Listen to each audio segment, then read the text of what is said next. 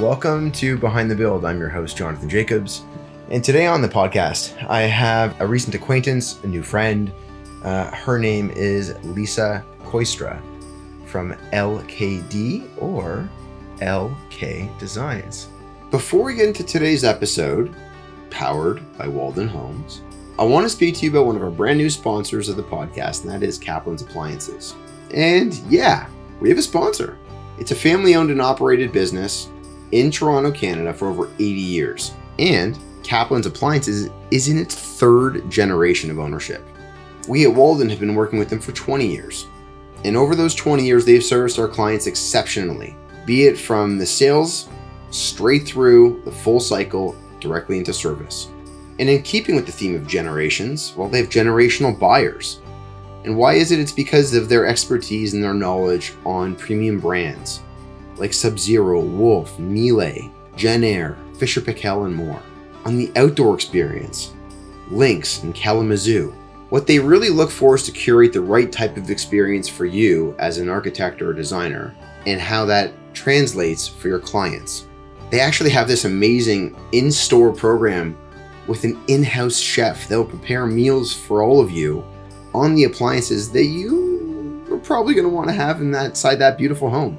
If you're interested in learning more about them, please email me. My email address is Jonathan, that's JONATHAN @waldenhomes.ca, and I will connect you with one of their managers. We're doing it this way because clients have come to you for who you are, the experience that you deliver, the process that you deliver. And when you meet with the manager, well, they're going to understand what you're looking for in the experience for your clients. And through that introduction, you'll be introduced to the right rep that will speak your language. With all of that said, I look forward to making these introductions to you and Kaplan's Appliances. But also, I want to introduce you to today's episode. So without further ado, here it is.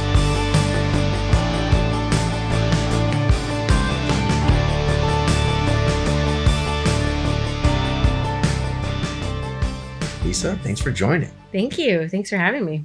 I had initially messed up the pronunciation of your name, so okay. I apologize. I get it often. But it was when we said the koi that I got it correct. Koi fish. Yes. Kooistra.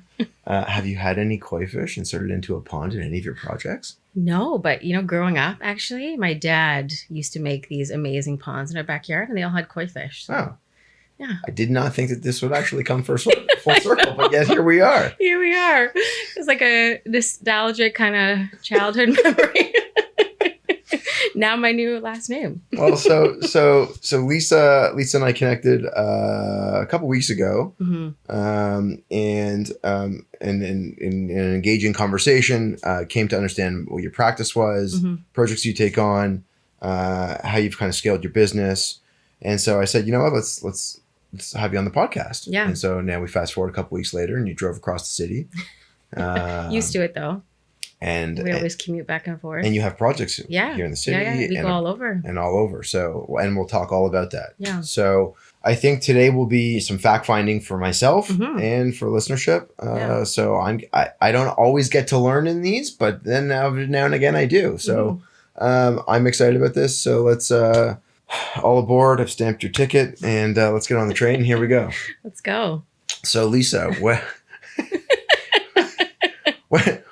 what led you into design? It started at a young age. Yeah. I was actually, it goes back to grade 6 actually. Okay. I just knew then that I just loved design. My grandfather at the time, he built me a dollhouse, and I spent most days, nights, my allowance going to dollhouse stores, getting furniture, and redesigning this thing. What was the scale? Like, how big was it? It was probably 6 rooms. It was a decent size. Like, is it like a foot, 2 feet, 3 feet? I would say 3 feet, like counter height. Yeah. Okay. Yeah. Beautiful, like wood dollhouse. And yeah, it was something that I loved. And I just, it's funny because my family would always be like, where's Lisa? And I would be designing this dollhouse. So yeah, it started at a young age. And then from there, I just knew it was what I wanted to do. So I finished elementary school and went into high school and started looking at courses like, how am I going to get into design school? Like, what do I need to take? So I started looking at different programs, one of them being drafting AutoCAD. Yep.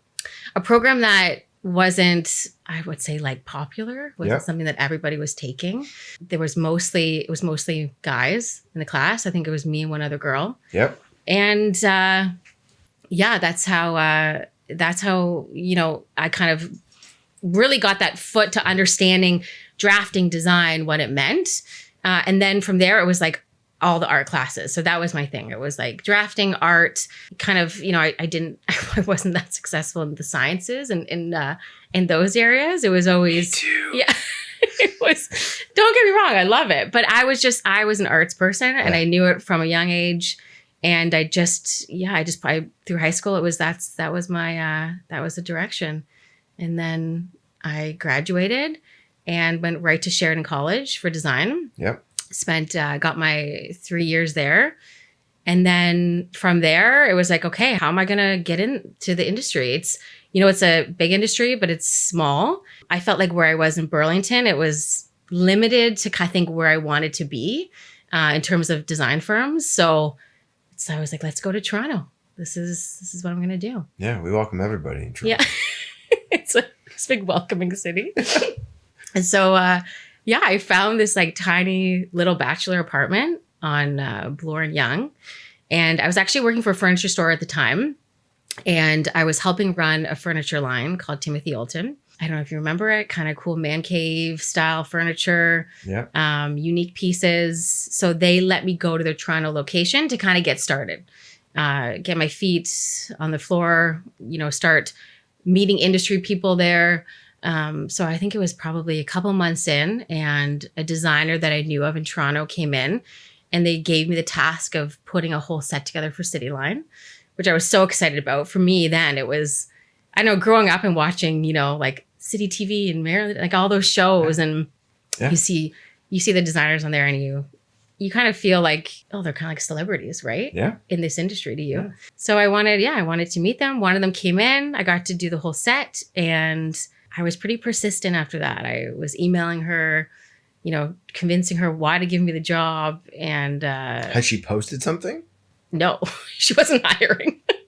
But I knew what I wanted. And I was like, we got along so well. Yeah. And so I think that gave me a little bit of an in. And then, after that segment in Cityline, it was like, okay, how can we work together?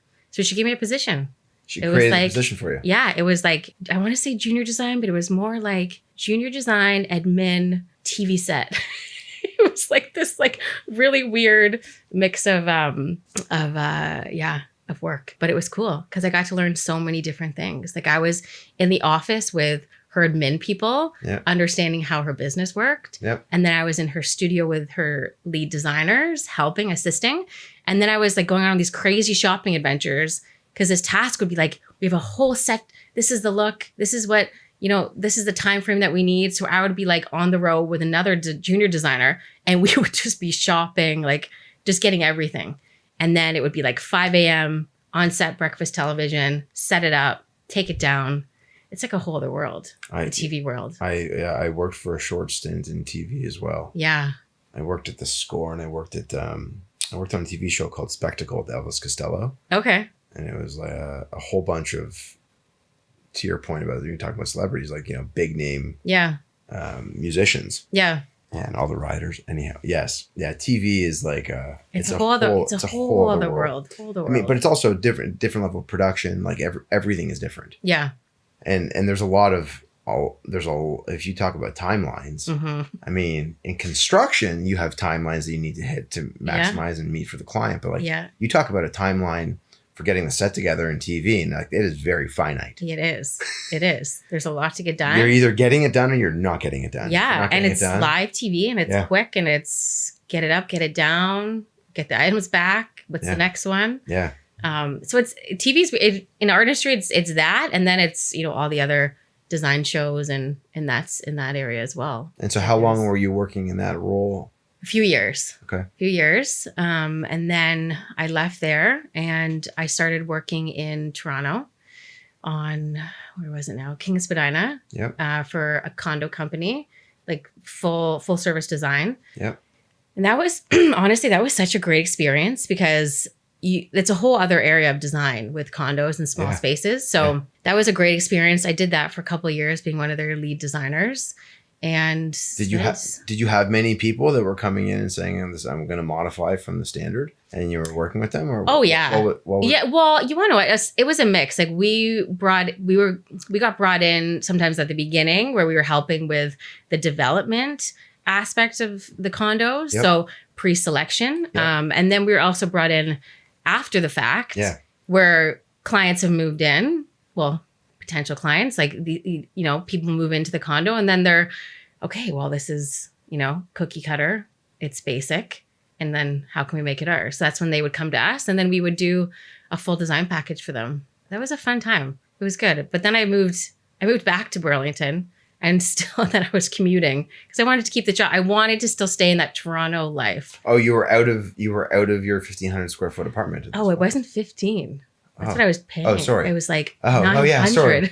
It was like 800 square feet. I apologize. 800 or 900 square feet. Yeah, the math didn't really add up. Yeah, think about that. yeah. $1,500 for 800 square feet. Yeah.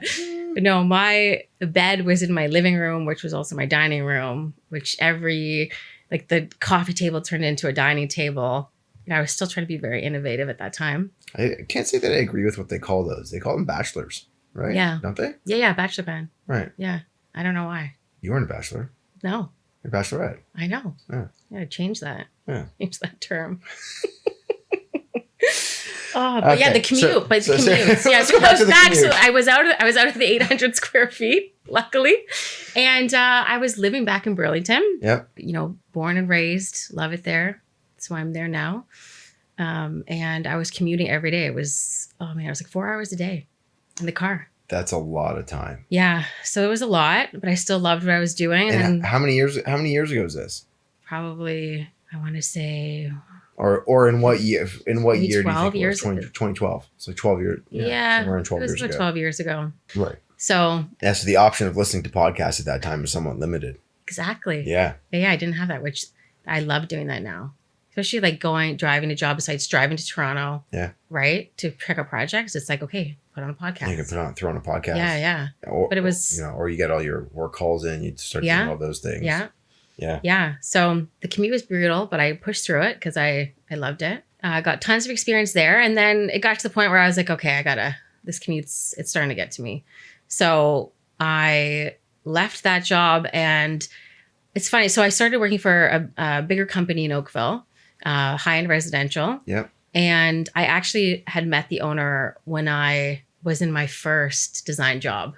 Like back then, I was like at a Benjamin Moore party or something. And we got along so well. And he said to me, he's like, one day you're going to work for me. And I just kind of laughed it off. I'm like, yeah, okay. He's like, no, seriously. Like, I like your personality. I think it's, one day, and I think he was insinuating maybe when I have more experience, because I was just like, a junior. But then I reached out to him, and he was like, perfect timing.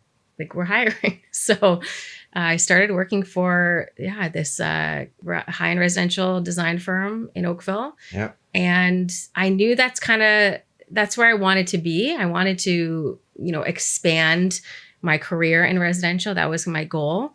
I always knew I wanted to have my own design firm, but I knew at a young age, and I think they teach you a lot in school, but it was get your experience, like get out there in the industry, learn the tools you need to learn so that when you start your own company, what you want. Yeah. Right. And there's a lot of things I learned, especially in that last design job, how I wanted my firm to be, how I wanted to run it, and a lot of back end stuff that you see in different companies, and you try to understand, how they work and how you do things differently. There's so many different areas in that way. So what are you like, are there some certain core values that you really wanted to emulate when you started yours that were different than what you had experienced for yourself? Yeah, I would say the main thing for me was a very natural, welcoming environment in my studio. Like for me, design it's who I am.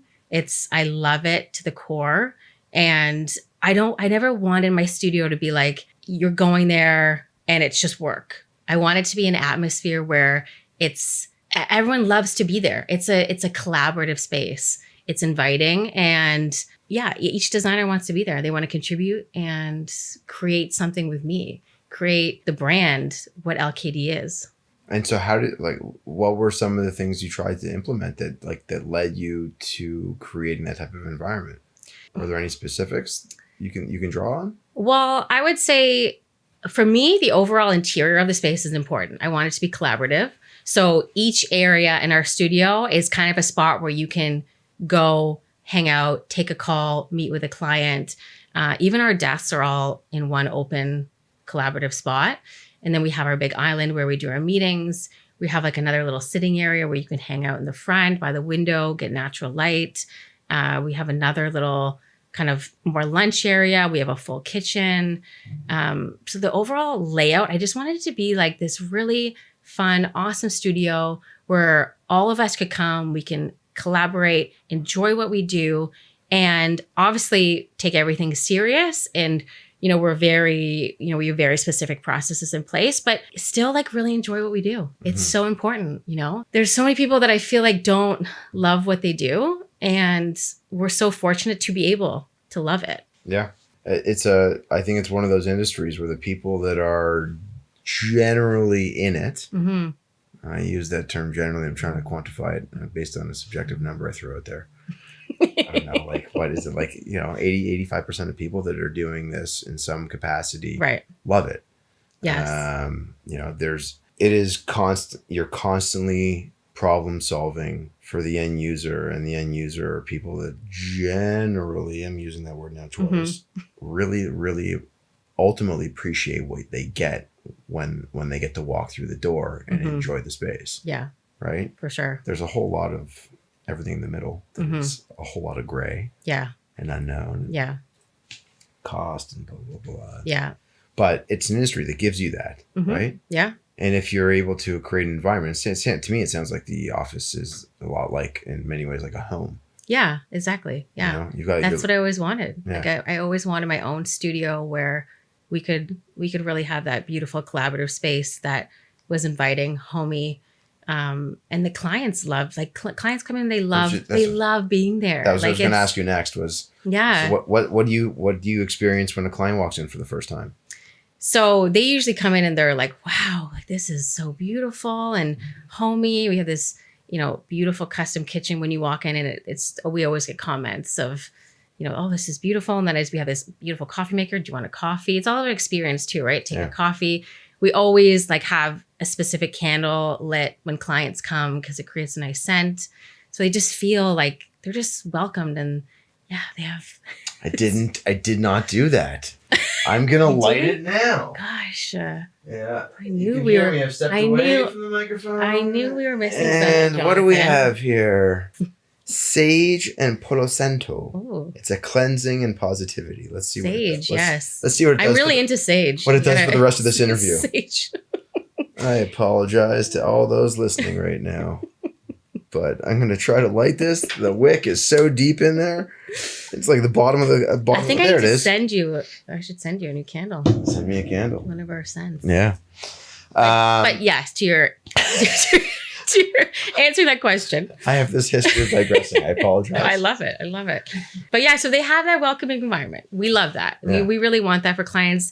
So then once they, make it through, we, offer them coffee. We usually, we bring in local pastries and drinks, for every meeting, so that they really do feel like they're taken care of. Right. And then we walk them through our process at each stage. So from our initial concept meeting where they come in and we explore and really dive deep in what they want for their home. Sorry, I'm going to interrupt you there, but who do they meet with? So if they're coming in as the first time, or they're meeting with yourself? They meet with me, yeah. And is there anyone else on your team that they're going to meet with? Yeah. So we have a few lead designers, senior designers in our studio, and they get assigned for each project. Okay. So I pick who comes on with me, and they help with constant correspondence and helping run the project behind the scenes with my eye and obviously overseeing the whole project. Right. Nothing really leaves our studio without my eyes on it. And I find that helps to keep everything on brand. Yeah, on brand. Make sure there's always going to be little mistakes that happen. I think it's how we handle them. And if I can have another set of eyes to try to avoid any of that, then we do. And it just helps to regulate everything that goes out. Yeah. Yeah. So in a car assembly line, right? Yeah, exactly. There are people that have key roles. Yeah. That do quality checks before something goes to the next phase. Yeah. Right. So junior designer, lead designer, project lead. Yeah. Whoever it's going to be, and then the final person that signs off on it is the person that put the signature on the car. Right. And we're talking nice cars. Yeah. Right. Yeah. Nice designs. Yeah. Exactly. So it all relates. So how many people are on the team? So we have about 8. We're still a small team. Yeah. We're growing. And in-house, we have our lead senior designers. Yeah. We have a couple freelance. Yeah. We have our business director of sales that helps build relationships. We have our whole brand kind of marketing department. They're awesome. There's probably about 3 of them that I work with on a daily basis to help develop like our newsletters, our blogs, our strategic Instagram planning, Are they outsourced? Constant content. Yes. Okay. Yeah. Yeah. So they're on like monthly retainer. Like I use them, on a day-to-day basis. Yeah. And we worked together for a while, and we pretty much, it's like we're pre-planning each project from start to finish on what our content looks like, being strategic on the marketing aspect of it, from social media platforms to YouTube. Obviously that's huge now. Yeah. So showcasing our projects on there. Mm-hmm. So being strategic in that way, pre-planning, trying to target the areas that we want to work as well. So I do work very closely with them. And then our accounts manager and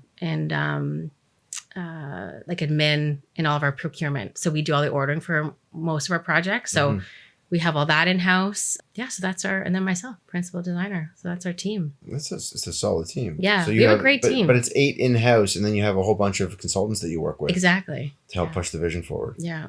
I would say that's probably very helpful for overhead too. It's smart. It is. Yeah, especially as we're scaling, right? Well, so I was gonna say, and also when you think of like when you want to hire professionals, you're not gonna go hire the best person at marketing. Generally, is not going to be someone who works in house. Right. The best designer is not going to be someone who does it part time. Right. And solely for a small little place that they don't really get to dabble in the new trends. True. Right. So you partner with people that do it and do it regularly for multiple people, and they know what's on trend. Yeah. And I'm big with trust and who I bring into the studio.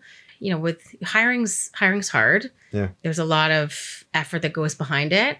And I truly do believe that it's worth looking also inside our industry and referrals and really trusting people in our industry to help guide of, who we should hire, or, do you know a certain person? Yeah. It's hard to bring someone in just that you don't know at all and having that trust. It's your name, it's your studio, there's a lot behind it. So everyone I bring in, I really try to spend the time to strategically hire them. If it's freelance or in studio, I think it's important to hire slow and take the time to really build the team and make sure that the team, you're only as good as your team. I truly believe. So you want to make sure that they're there for you, that you have, they have your support. Yep. I have their support. It's an open.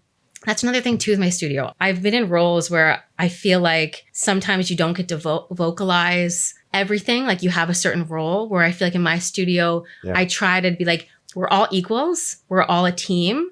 If you feel like that doesn't look right, tell me. If you feel like, maybe that wall should move a little bit, tell me. Like there's no scale of who can talk or who's better than this person. We're all equals, no matter what your position. And I want us all to just collaborate and really represent what our brand is. Mm-hmm. Yeah.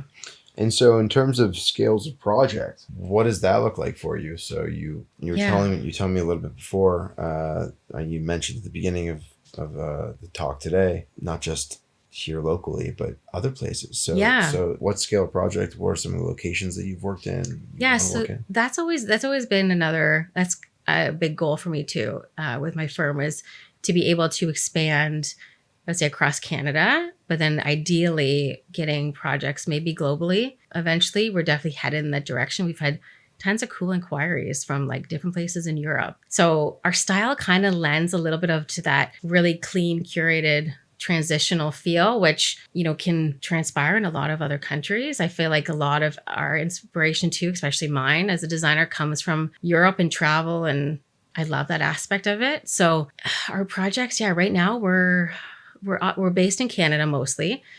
We have an awesome project out in Quebec, Tremblant. This project was a really cool chalet that was placed in the middle, like it was like this kind of open forest area, and they bulldozed a certain area and kind of kept all the formations of rock and nature and just kind of built based on the elements. And it's amazing. It's so cool. We worked with a really awesome architect out there, and we're wrapping that up. So I'm going to go out there in a month and get all that fun content. And which I will say that by the time this airs, yes, you'll likely have the photos yeah, of that project. So if you're interested, well, this will depend. Yes, yeah. When do you know? I'm hoping. I'm hoping. You know, with construction, there's always delays. Like I'm waiting on like certain little of course, wood details on this on one of these accent walls, but you know, we're trying to hit the details in construction, and these things happen. Yeah, so I would say end of September, October. Okay, so so by the time this airs, if you go look at Behind the Build Instagram, we'll probably do a feature on this project. Yes, yeah. And if by any means it's not there, by all means go to Lisa's website. It'll be on there, and you'll be able to take it in, check it out. Yeah.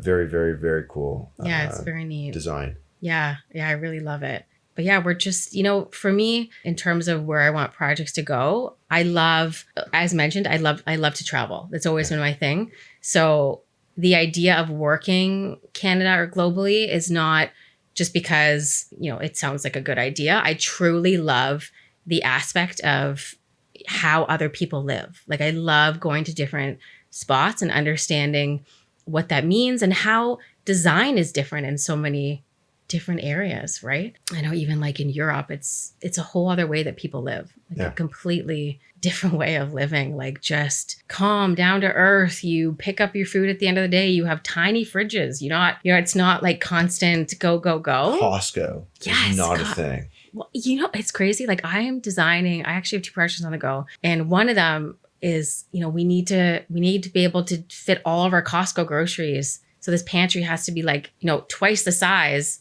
of what this architect originally put in. And we're like, okay, so we're designing all these elements based on like, you know, mass grocery shop, like just. I see it as like doomsday shopping. Yeah. That's what it is. That's a great term. Yes. It's doomsday shopping. Yes. Like I need to plan to have enough food in my house that if I need to, I can just eat non-perishables for the next 6 months. For sure. Like, how about no? For sure. I know.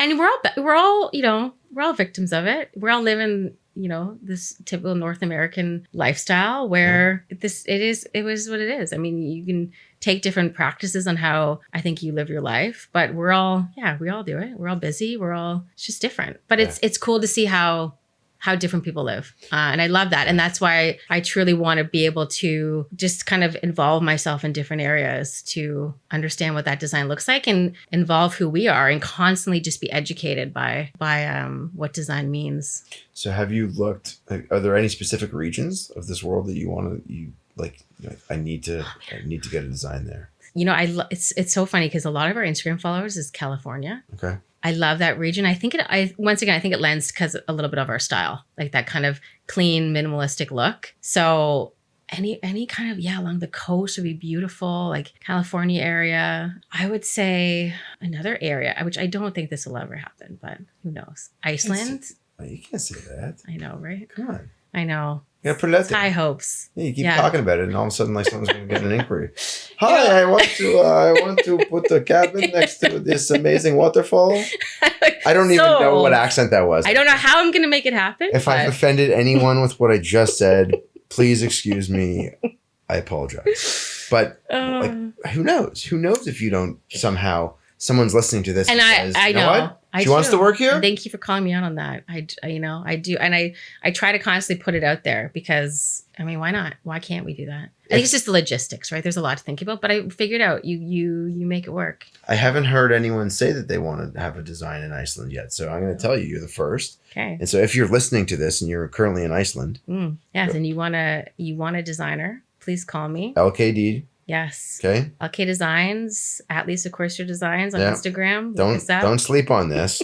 Okay. She is looking to put that window directly in line with that waterfall. Yes. Even if I have to build some kind of cool Airbnb out there, would be really neat. Yeah. Yeah. So I don't know if you've been to Iceland. No, I've heard stories. And from you every love single person. nature. I Like, do. you love the outdoors. You would love it there. Yeah.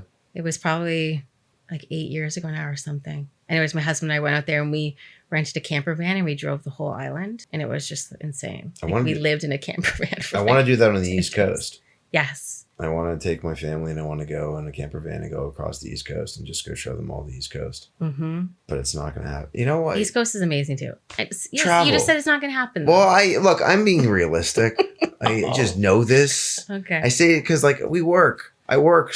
I know. And then I work. And then I'm working more. And then I might as well fill in some of the free time with work. And so I just feel like I'm working.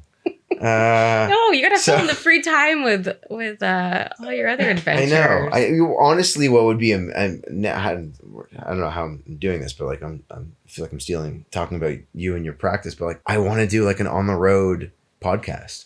Oh. Yeah. I love that. Yeah. Go to Iceland. Go interview some architects in Iceland. Yes. Go to Europe. I'll come with you. Right. Do a road show. Oh, that's awesome. Okay, so you want to expand the practice? Yes. We'll bring it back. Yeah, sorry, okay? bring it in. Come yeah, on, bring come it in. I'm reeling it in. Yeah. Okay.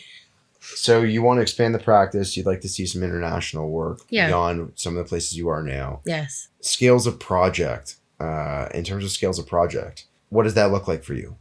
New currently builds, right now? Renos. Yeah. So I would say our bread and butter for a long time was full renovation additions. Okay. That's what we were known for. And then I would say in the past couple years, it's turned into more full new builds. So still a mix of both. I also love both.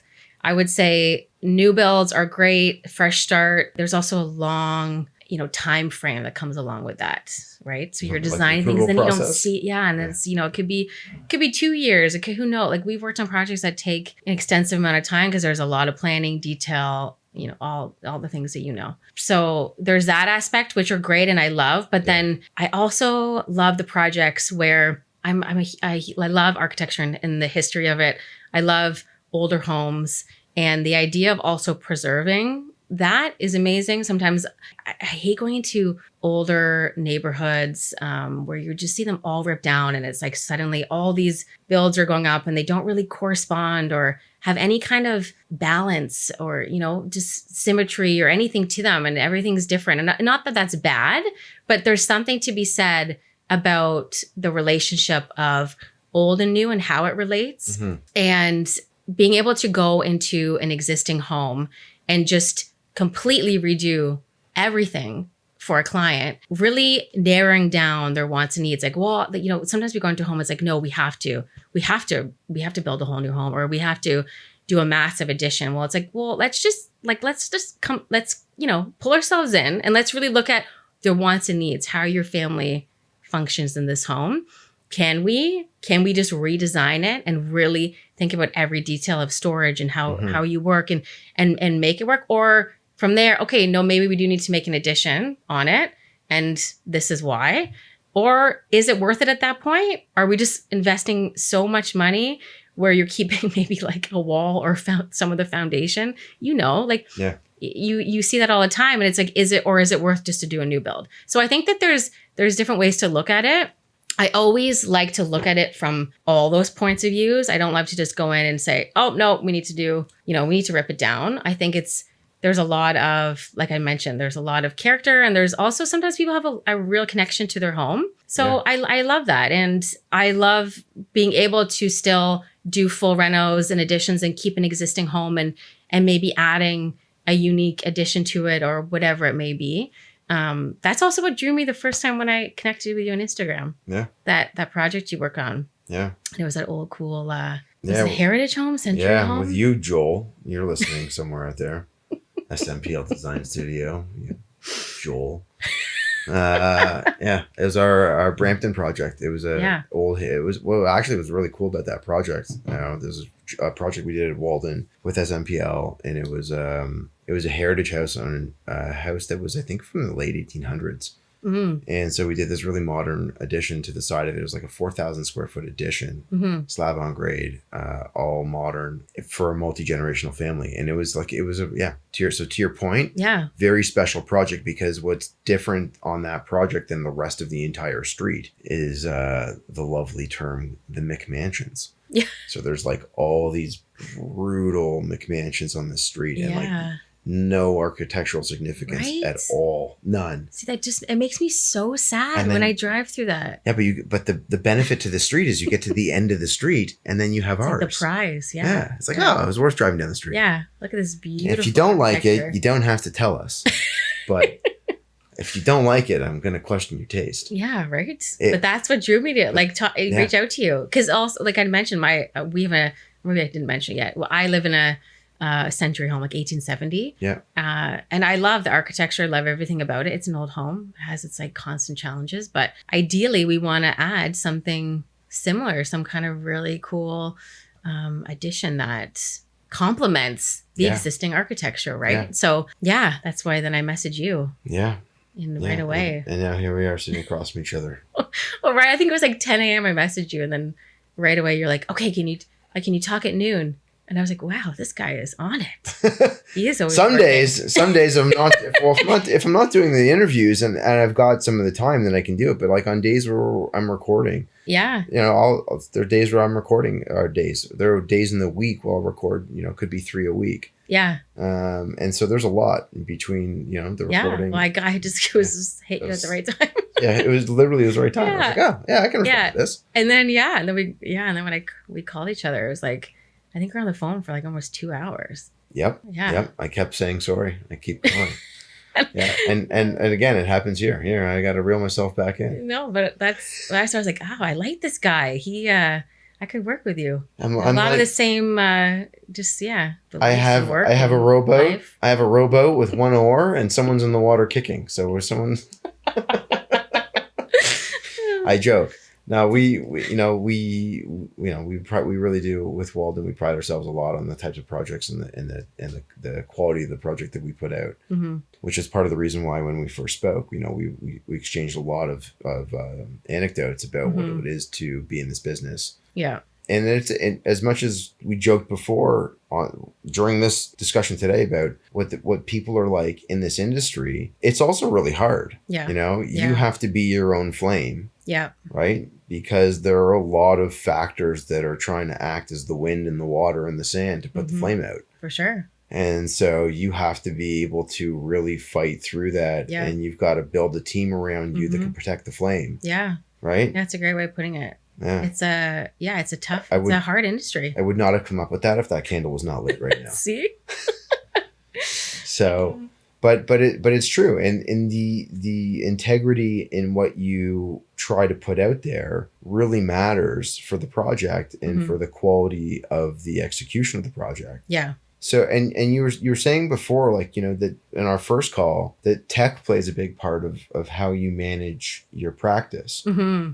And I know tech and buzzwords and blah, blah, blah, blah, blah. But like really, truly, tech matters when people buy into it and they can appreciate it. So what does it look like for you? Like, what are some of the things that you utilize that you find works really well for your team? Yeah. So programs for sure. I mean, technology is key. When I started developing this process, I really wanted it to be like seamless, streamlined, max communication. Obviously that's so important. Yeah. Between not even just internally, but to our clients. So we run a few different systems. Internally, we use a program called Dubsado. I don't know if you've heard of that, but that does all of like our initial inquiries come through that, which takes all the client's information. Like even you can upload floor plans, anything I would need to understand about these clients for a fit call. Yeah. That all comes in. I get all that information and then they immediately book a call with me. I always prefer it to be me because I can really, like for me, I can really understand if this is a relationship that's going to work, right? For a while, I considered putting maybe a lead designer to take some of those calls, but I think it's still important for that to be me because I don't know. They also, I think when clients are inquiring, they want to speak. They want to speak to me, right? So who's got the name in the door? Exactly. Yeah. So that system works great because then everything comes in. I do the fit call. I run all my proposals out of there. So detailed proposals. And then inside this program is our full process integrated. So it's like this automatic, all the reminder emails go out, what to expect at every point of our projects. So the client, they have their whole client portal. So everything is really like they're very involved in understanding exactly what happens at each phase. And then we have our internal, like just, me and our team, Asana, and some other small programs just to keep everybody in the loop. Asana is our main one. Instagant really helps to understand where each project's at every level based on our process so that we know, okay, now we can bring on this project, or is this too much for this person? Do we need to hire? So as we scale, it really allows us to see that flow. Picture, yeah. Interesting. Yeah. And then, obviously, we have tons of other programs like our standards, AutoCAD, and all of our other creative ones. And in terms of I know you've mentioned this, we've kind of touched on it a little bit. Staff of 8, everybody's got the software. So what does it look like if someone was sick? Like, can they work from home? Do they still have access to everything? Can they still do that? Can they still communicate with the team? Yeah, exactly. So like all of our computers too are wired for at-home use. Yeah. We have our SharePoint. So everything on our SharePoint system, they can access at home. All the programs, internal programs, and even our telephone lines are wired. They just actually hit a button in their computers, and the phone, like it won't ring at the office. It'll actually ring on their cell phone. Yeah. So it's like they're calling the office, but it wires to their phone. Yeah, I do that too? I get all the general inquiries that come to Walden go directly to my cell phone. Okay. So I have to answer everything that says, like, my phone will tell me it says spam. And I'm like, well, hello. Yeah. You've reached Walden. Yeah.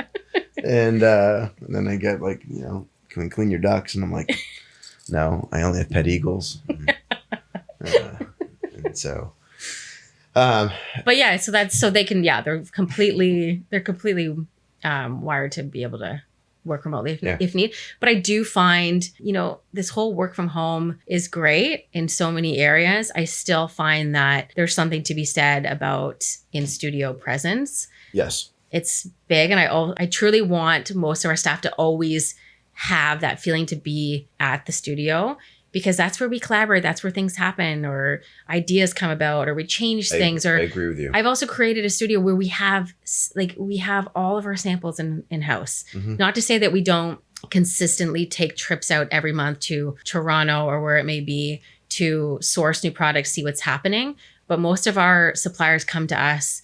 They check our studios, make sure everything's up to date. Right. So for me, it was huge to be able to have a studio large enough to be able to house a lot of suppliers that we use. So we have everything at hand so that we can pull for every project. Yeah, I mean, I think that largely in design, specifically in this industry, every single practice would benefit from having staff in-house at the office.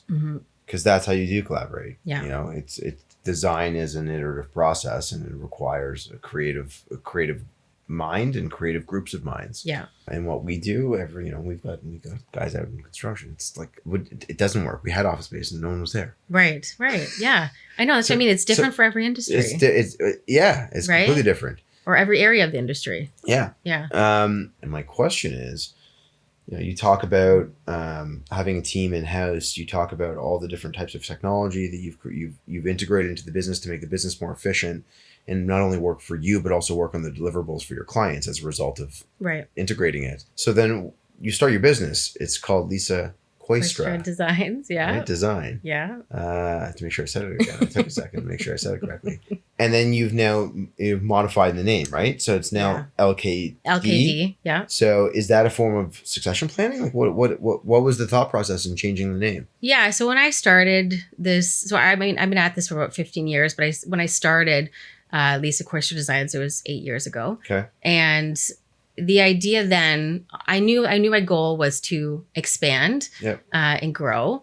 But I designed my own logo and everything 8 years ago, and it was more of like my signature. And I still to this day, like I still love it. But once we started to grow this past year, and bringing more amazing people onto our team to help with that growth, especially even our people behind the brand and the marketing, they really pushed as well to help understand, what is it? What do you want? What does this look like? And how visually can we help you to, transform this logo into something that's a little bit more scalable? So at first it felt a little bit weird because I did design it. I was like, oh, you guys don't like this logo? Design practice. I can't design my own product. Yeah.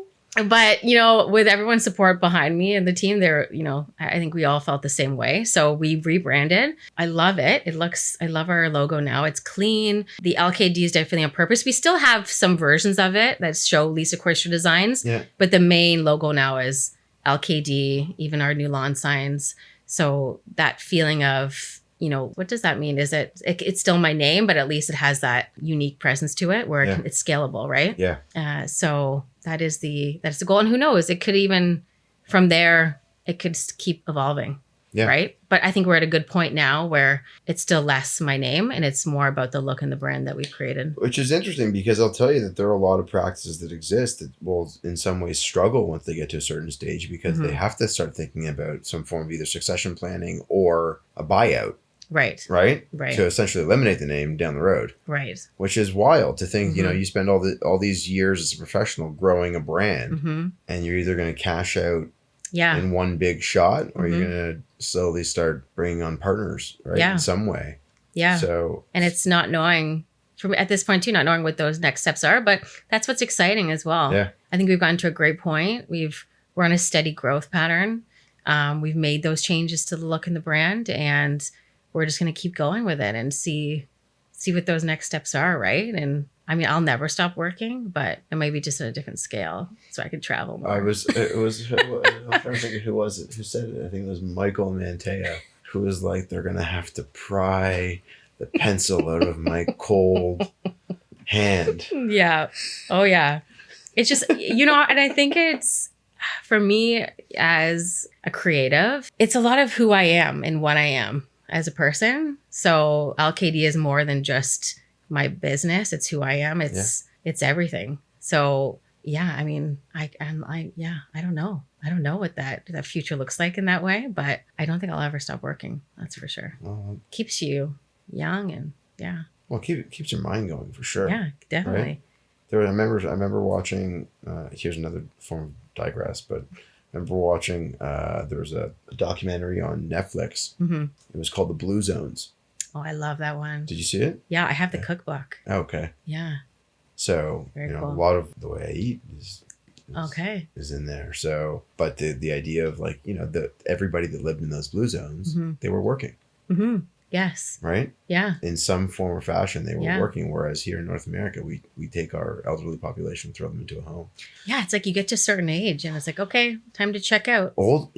That's retirement homes should be redesigned so that there's work within them. Right. Right? Yeah. That's a whole other area that needs to be rethought. Yeah. So if the design community is listening to this, go ahead and make a I know we need to be more creative. A quorum in that area. or a group and go and tackle that. Yeah.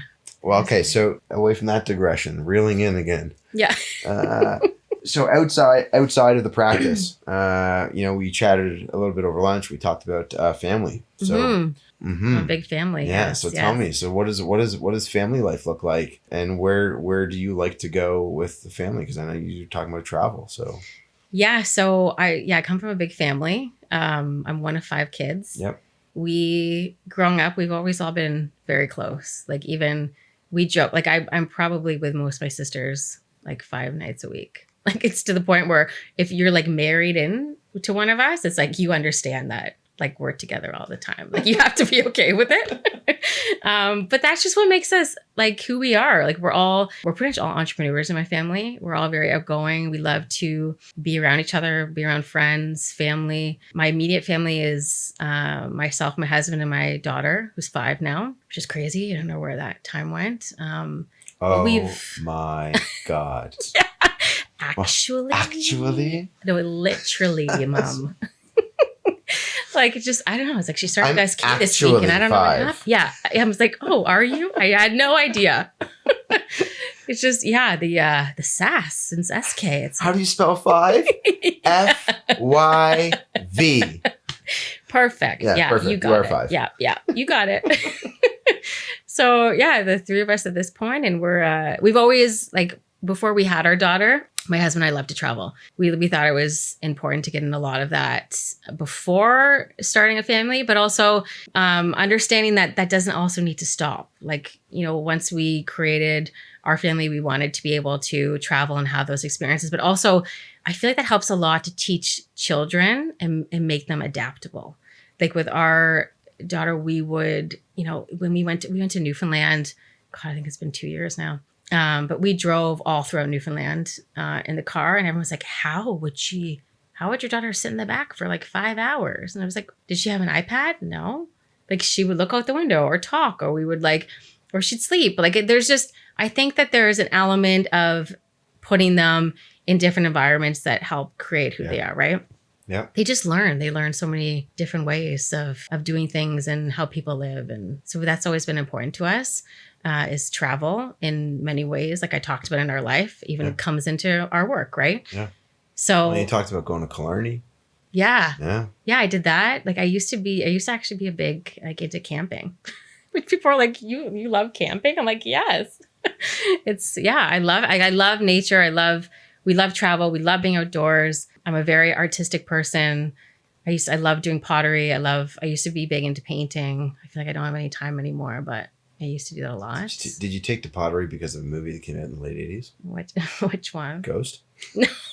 Okay. No, I've always loved it. It's just something that, but once again, because it's a concept of creation, right? Like I just watched a video of a guy making tea, what's it called? Small independent tea kettles. Oh yeah. In Japan. Oh yeah. I will send you the video afterwards. It is probably amazing. Like very small and detailed. They sell for like $450, $500 a kettle, and they're tiny. God. They're like literally they fit in your palm. Again, digress. Reel it in. Yeah.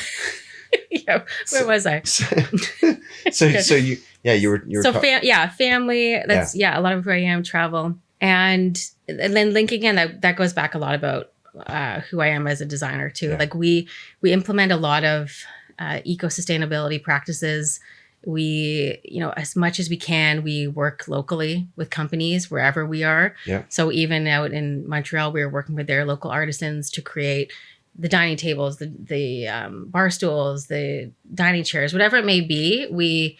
We try to look locally. Yeah. I would say COVID helped with that too. I think it really made people look locally more. Yeah. Because it was, oh my God, how can we get that? Or that's going to take how long to get? Yeah. And really starting to understand where our products in this industry are shipping from. There's so much toxic furniture out there.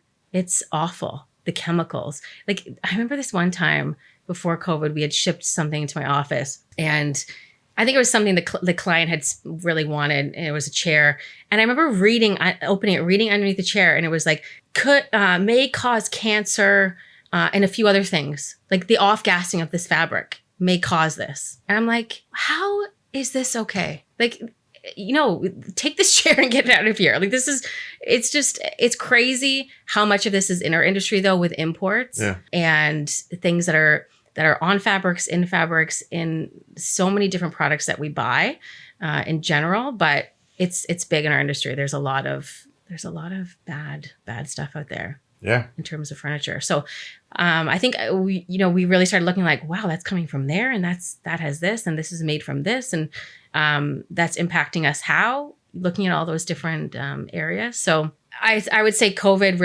really made us open our eyes a little bit. And then since then, it's been, okay, we really need to express once again what LKD means, what we value, and keeping things local. And, I would say most of the stuff, like when we're designing, I would say almost 50% of the stuff that we bring into a home now is locally made at least. And then we try to spec other things in terms of fabrics, like sustainable fabrics and things that don't off-gas, or looking internally, building materials. Like there's so many different things in our industry now and offerings that allow us to be a little bit more aware. And a lot of it trying to infiltrate the industry via social media. You can get this wall paneling system and it's coming straight from like a country you can't even pronounce. Yeah. There's so much of that. Yeah.